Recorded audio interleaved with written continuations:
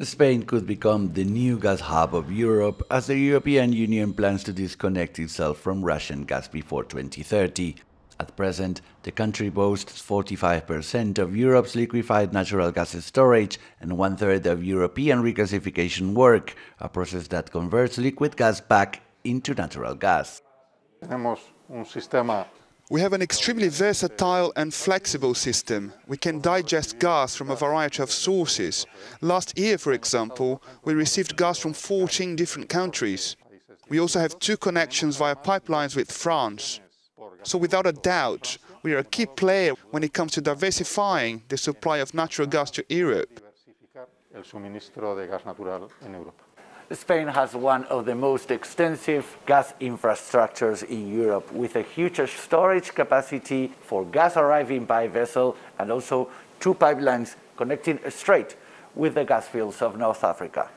But the supply hits the bottleneck when it reaches the Pyrenees. New and bigger connections with the European grid are needed if Spain really wants to contribute to energy security in Europe.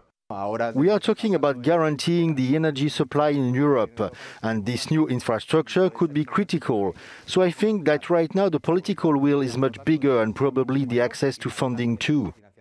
But the Spanish government has also requested any new gas connections with Europe to be compatible with other renewable energy sources such as hydrogen and biogas. One of the priorities in the future to reduce our dependence on Russian gas and meet our decarbonization targets is renewable hydrogen.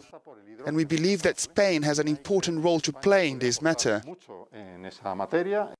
The administration is working around the clock to ensure energy supply by the end of 2022, but as Russia continues its invasion of Ukraine, Europe may be forced to face a cold winter. Jaime Velázquez, Euronews, Madrid. Jose is a taxi driver from Madrid who is about to embark on a journey to take humanitarian aid to the Polish-Ukraine border. TV footage showing the war and a group of his colleagues volunteering to help motivated him to join the relief effort. I was so terrified that I had to change the channel because it felt bad seeing women and children who were there, all lost and among the bombing. But this action was thought up by various people. It came up and so I decided to join. Drivers pick up the much-needed humanitarian supplies at various points in the city.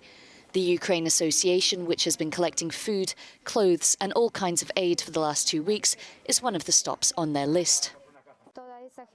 All these people are very generous, very generous. They're dropping their work and they also have their families to look after and support. Making this gesture, well, it's priceless.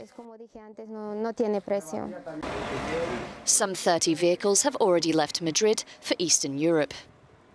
This is not the first time that Madrid taxi drivers have shown their solidarity. On the 11th of March 2004, during the worst terrorist attacks in Spain, they provided their service free of charge. More recently, during the pandemic, they provided free transfers for health workers and the elderly.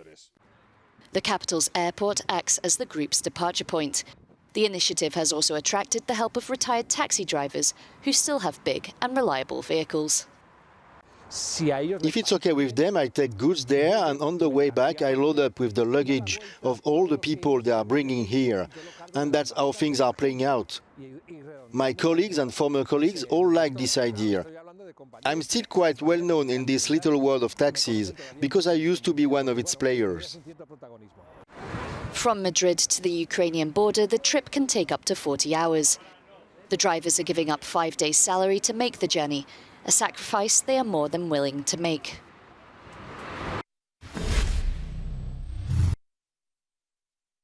A security camera on a TV studio captures missiles hitting close to a US consulate complex in northern Iraq.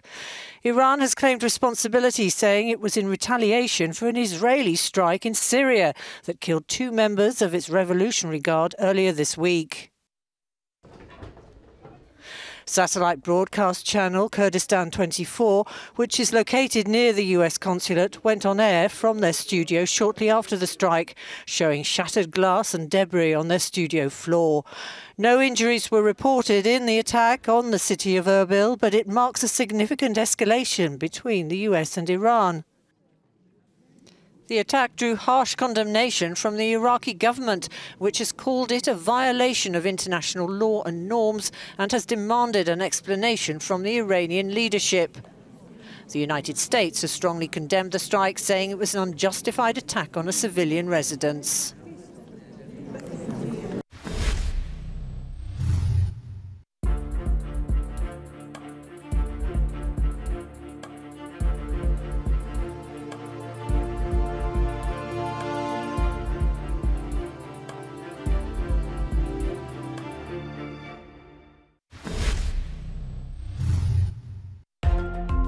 France lifts most of its COVID restrictions, including the scrapping of the vaccine pass and ending compulsory indoor mask wearing in schools and many public spaces. Masks will no longer be mandatory in shops or workplaces, but they will be on public transport. The government has vowed to ease pressure on French people's daily lives, despite a rise in infections. The 75th BAFTA Awards ceremony was held in person for the first time since the pandemic began.